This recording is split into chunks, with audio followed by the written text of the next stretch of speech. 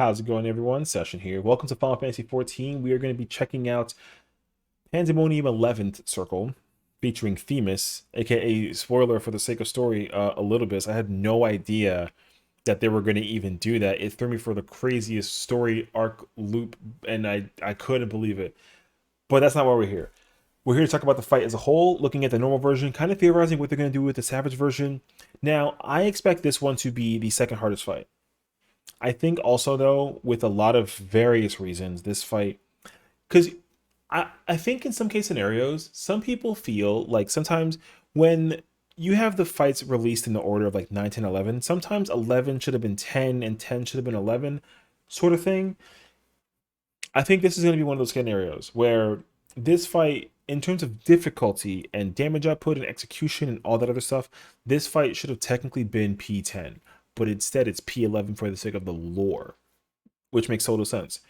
Um, However, I personally love this fight. I love the visual for it. I love the functionality. I love that it's just the mechanics for this fight, I think, are very easily understood. Once you see it, you're like, oh, I get it. And the only thing that becomes the obstacle is just surviving it and not dying. So let's take a look at it, kind of see what we got going on. I'm playing Paladin, and here I'm with my teammate, of course, as well. I kind of forced him to play Gunbreaker because he wanted to try and give it a try. Eunomia is the first AoE. I think it's tied to a bleed. That's going to stay. The bleed might hit a little harder. I don't think that that's going to change per se. And now we have divisive ruling. Now, this boss heavily stems from the combination of light and darkness, which makes total sense. And I've been hearing a lot of people comparing this fight to the Fatebreaker, which was E11, because of the fact that the divisive ruling attack is a bunch of it has like the move where it cleaves to the like a line, and then there's like a additional effect to it. Now the difference though is that with light and darkness, there's no real in between with light and darkness except for like the sequence of it, right? So it'll do darkness, and then it'll do light, and that makes sense, but there's no in between. So again, for spoiler sakes, with Fatebreaker, there's lightning and fire, and then later on it introduces light. So you'll definitely see it in a couple seconds when we do this, but the light version of divisive ruling is the lightning version from Fatebreaker. The dark version is different and unique, but there wouldn't be a third one unless they just throw in like a random element, but I wouldn't expect them to do that. So you'll see it here. Divisive ruling casts, and his, this circle tether here is purple. So that's going to show you that when he actually does the cleave attack and goes through, the outside is safe because you saw that pink line that kind of showcases where the positioning for it's going to go. So there's that version. Now you have the light version here, and it's going to be cover that side, and it's going to extend and be an out. Now the other thing I just noticed is that the coverage for it, see, it's concentrated towards the middle, and it looks like it doesn't hurt as much on towards the end, which is interesting.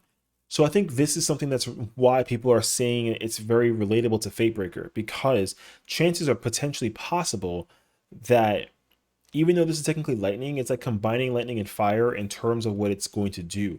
I think people are suspecting that this, and I think I had the same suspicions, that it's going to have a push mechanic tied to it as a follow-up. But I don't actually know, because it kind of expands as it gets shot out. It's not like a glow. Now this one, again, it's dark, and you're gonna see it when it activates. The pink lines get covered, boom, and then all of a sudden the rest of the mechanic is executed, which makes sense. Eunomia occurs again. We have ourselves a bleed. I do think though, to a degree, that the dark version has an extension that we haven't seen, and I think the light version does as well. Because if it's just two elements of color, then we might need to see something additional happen during those mechanics. I don't know exactly what though, but I don't expect there to be a third variation of it unless you combine the both of them together. But that would just be the mechanics that it had, again, from Fatebreaker and even from Voidwalker, where he'll do dark into light or like light into dark. You know, I see that becoming a thing where they'll go back and forth.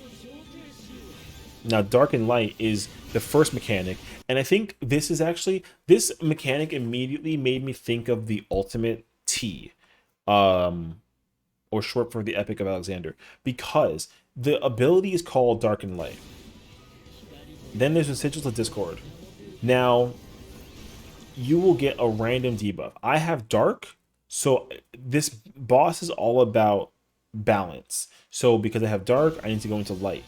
Now, the debuff actually does change. As you can see, Dark's Discord here has like 2 rings around it, and then there's like a singular line of Dark's Accord here.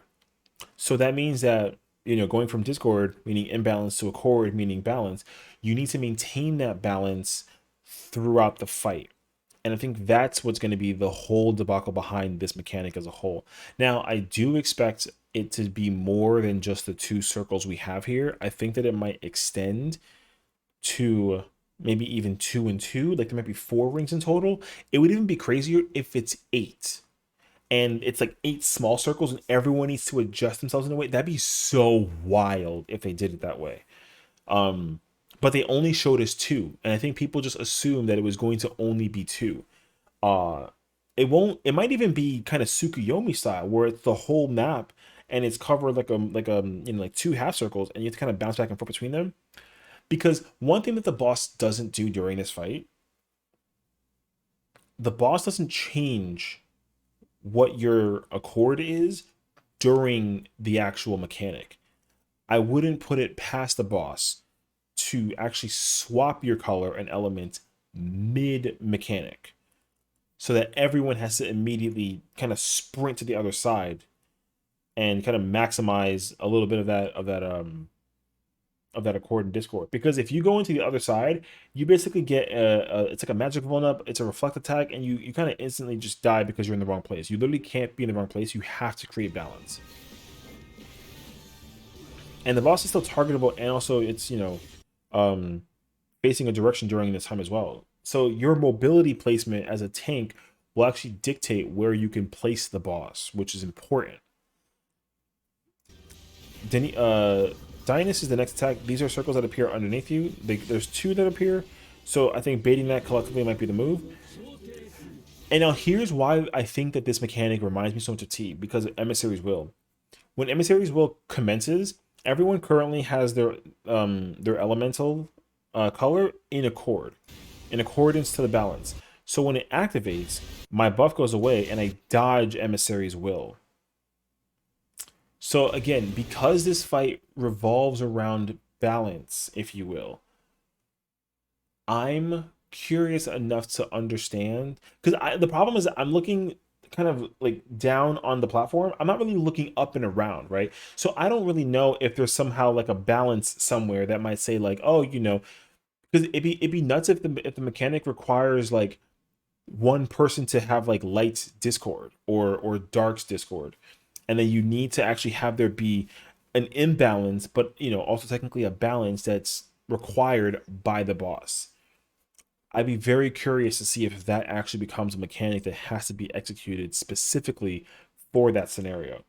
I honestly have no idea. I mean, I couldn't even make the assumption, because the revelation that hit me when I found out about what I thought that this could be is because of the dodging of Emissary's Will. Because in T, to fast forward it, you know, there's different Nises. There's 4 different Nises.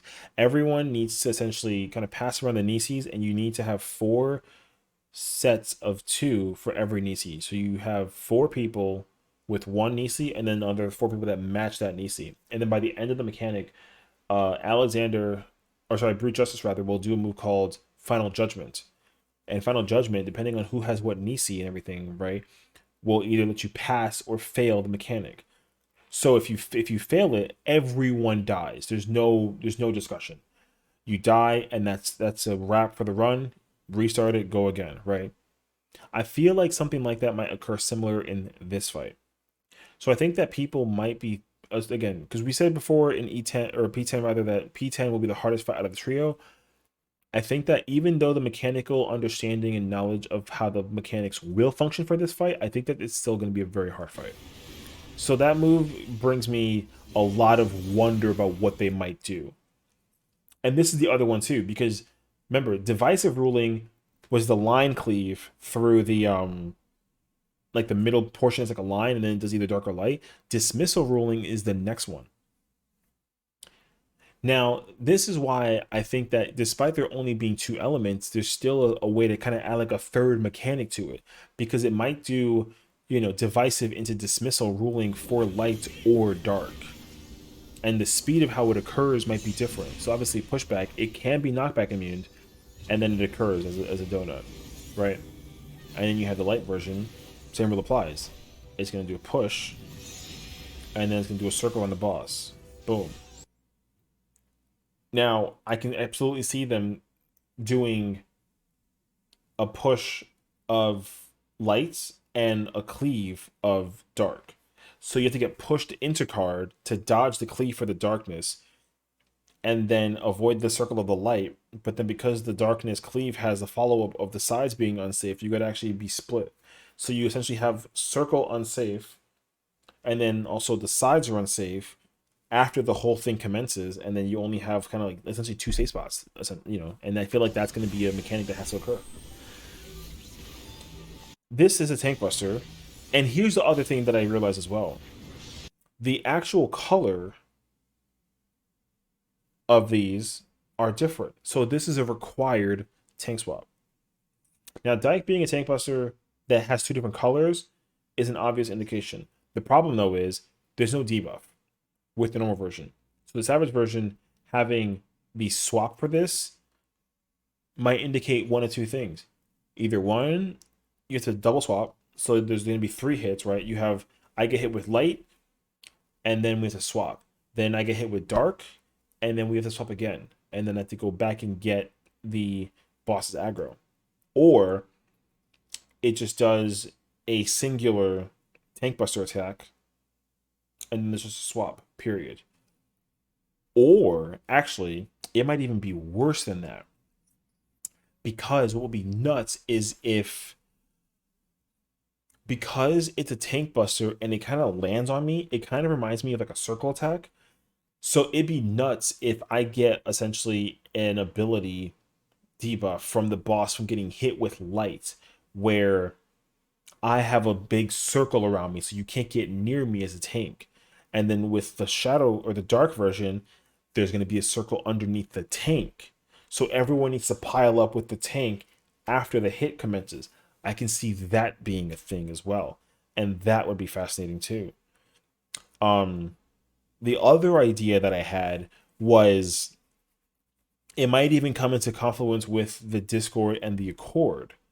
So obviously you might have to hold on to stacks of this and have them take on different effects. It'll still be similar to how it functioned, like I just said, where like the light will give you a big circle and then the dark will give you a donut, because it's all about being safe and unsafe with bigs and lights. But there's no debuffing, so that's the problem. The mystery behind what you get as a debuff is still up for question. Because I can understand that, like, now that Dark and Light just commenced, I probably still have the debuff. Because I got hit with light, now I gotta go into dark. Sigils of Discord occurs again, same name, but I get dark, I go back into light. Now, I think we are all a support group, is that correct? Because it's me, Gunbreaker Sage,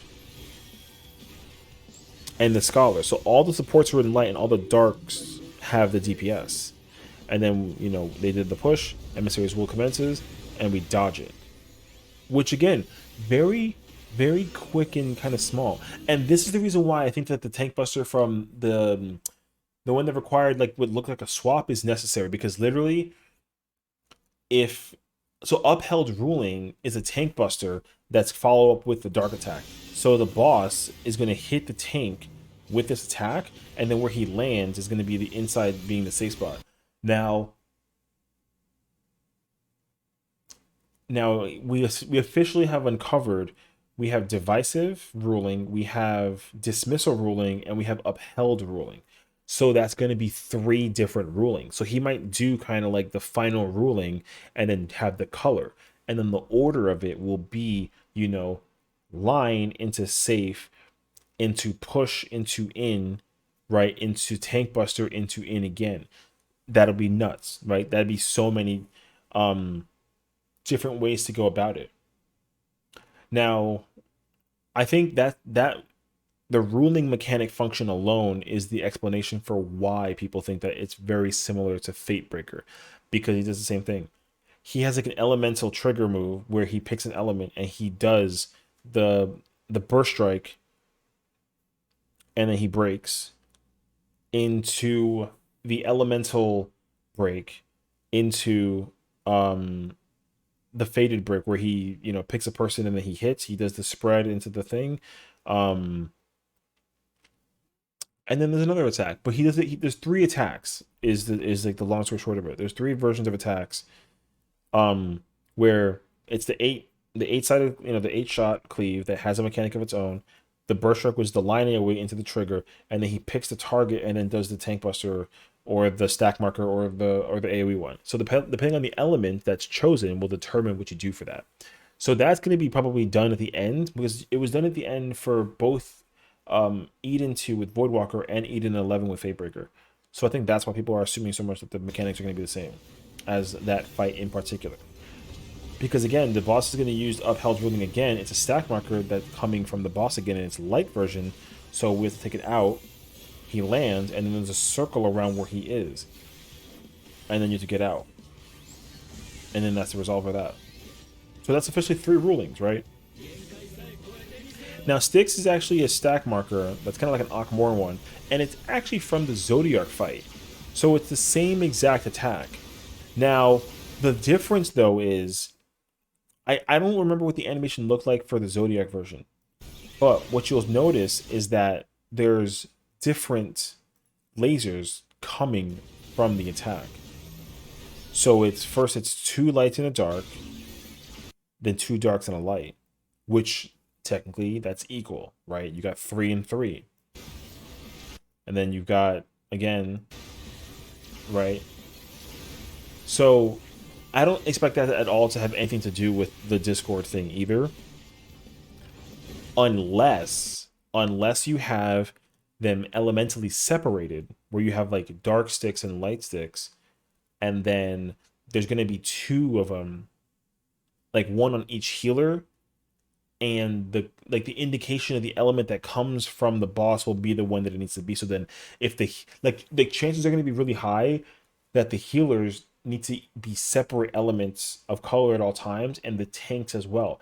And then for the DPS, I think you can kind of be flexible with it, but as long as it's 2 and 2, like you're going to have to be 4 and 4 the entire time. That's like the gist of it there. There's going to need to be some swapping and differentiations applied to it.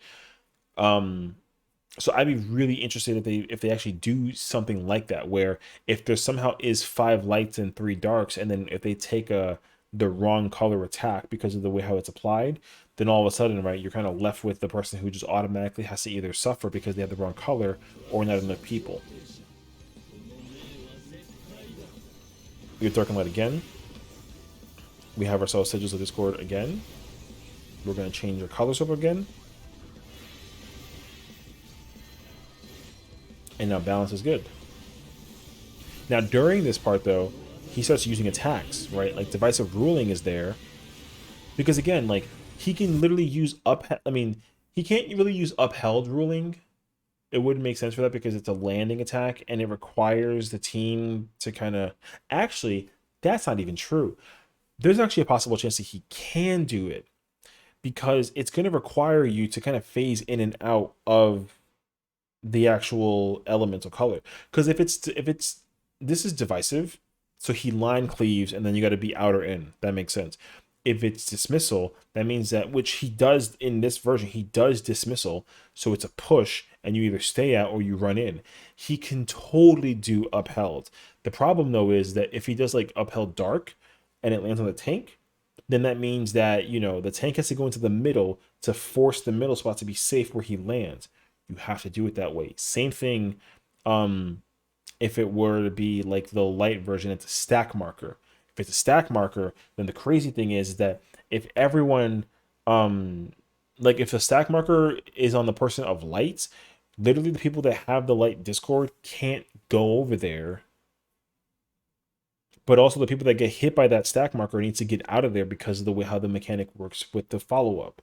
So it would be crazy to think that you have to actually stay out of this at all times. Well, stay out of the circles during times that it requires you to dodge the actual attack. That would be extraordinarily fascinating to me. Because this one's pretty simple. It's pretty understandable. You know, he does divisive, boom, it's a matter of figuring out whatever. That's why I think that it's important to keep in mind that, like, even though the normal version only has 2 circles and they're kind of big circles, there's a chance that there could be 4. There's a chance that there could be 8. There, you know, the numbers of where the circles could appear, there could be a bunch of circles and they could appear in different places. I can totally see that being a thing. Um, because even if they had 2 circles, like if you had light here and light here and then dark on the other side, so it was kind of like light and then dark, right? So you kind of had like it's like a 4 thing, or like a plus symbol even. It would make total sense that they, you know, if let's say for example, it was upheld ruling stack, so it was light, then the 4 people that have to get hit by the stack marker are going to get hit by it here. But because it's a follow-up for light, that means that these are not going to be safe per se, and the only safe spot is, well, the safe spot wouldn't be this circle. So the people that have to be in the dark or have the dark debuff and have to stay in the light, they have to run to the other light puddle to avoid that attack. And the folks with the dark don't have to worry about it because they can just stay in their colors and it's fine. Right? Now, if it's a tank buster version, it's the upheld ruling dark version, then the tank has to stay here and eat it by himself. Everyone else has to run out in their respective colors and not get caught by the attack. The other 3 people that are supposed to be in this color need to run over to this side to not get hit by the tank buster. But then, because of it being upheld ruling dark, everyone has to basically find a way to run in here. So the fascinating thing that would occur is if the tank has to essentially kind of take it here and have the party kind of run towards away from it, so that the middle, or the majority of the circle here and then part of the circle on this side will be safe, assuming that there were 4 safe spots for the for the light and dark. See, so that's why I think that we're not getting anywhere near as much information about this fight as I think that we are. Because dismissal happens, it's a push. We stay out and safe. Because, like, why wouldn't there not be a timer for these circles? You know what I mean? And again, like, by the time that the emissary's will commences, you probably have to be at perfect accord for the entire party. And if there's anyone who's off chord of that, they might just end up suffering the consequences for that. You know what I mean? Now, Dyke's not happen again. I got hit with light again. So I think that might be a consistent pattern. Main tank always gets hit with light. Dark always goes to the off tank. Or whoever's second aggro. Same thing, Dynus is coming up next. This is the cleave into the baits. Into divisive rolling. The party's gonna have to bait that correctly and try to avoid having to get people, under wraps for that. That's gonna be cool. Right? The light commences. Upheld ruling is happening. This is the stack version. So now, essentially speaking, you'll see the tank do, I think, after this. But the party's kind of stacked, in a position that they force the boss to move. If there's no reason for the boss to be placed away, you can just have the tank, or the stack marker, either one, basically just be baited in the dead center and cause no movement from the tank. That could be a possibility also. Because the way how the boss is positioned during this part, like, the boss is forced to stay over here because the stack marker landed where the boss is at right now. So it'd be fascinating if you actually had to forcibly put the boss in the middle with that stack and that cleave, or at least as much in the middle as possible, so that you reduce the mobility from the boss. Because Shadow Messenger is coming up next, and this is definitely the mechanic that also causes Fatebreaker to kind of have like a rejoicing, because he brings out Phantom Warriors.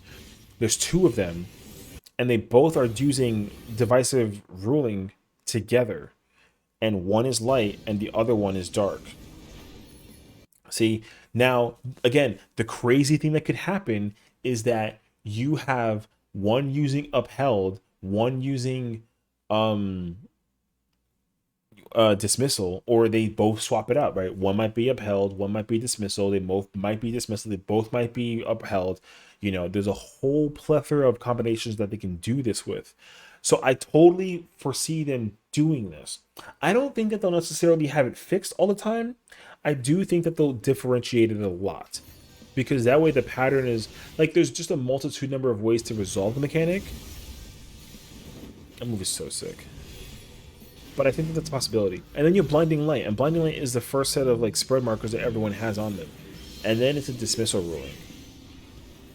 So I can see them also combining that in a way. They can also even use, I was thinking that they might even use different shadowed, they might do shadowed messengers and have them appear in order, 1 to 2 to 3 to 4. And you got to just keep on running in circles, and you either keep running or you stay safe based off of where it starts and what it is color wise. That'd be nuts, actually, because they just combined all those mechanics together in that one segment. That I absolutely foresee them just using all of them in combination together with each other and just having that be a thing. I don't see why they wouldn't do that per se.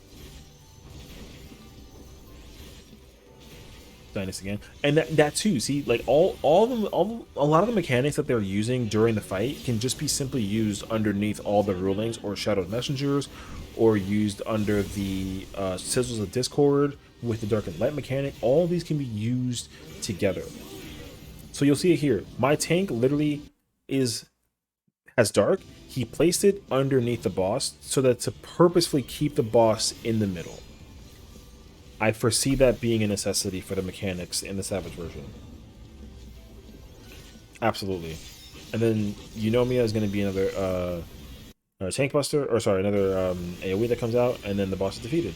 So I think all in all, like I said, I think that overall the boss is going to be very tough because of the ending sequence of the boss's attacks.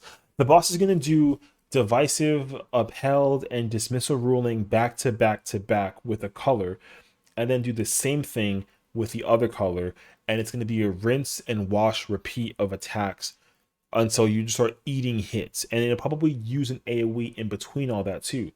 Now the difference is, of course, is that all the attacks can be dodged, which is the same thing that happens in Fatebreaker. So there's a lot of comparison to Fatebreaker with E11 in this fight, and it makes total sense. Now, are they the same fight? Obviously not, because we have different mechanics, we have different functionalities, different colors, different stuff all the way through.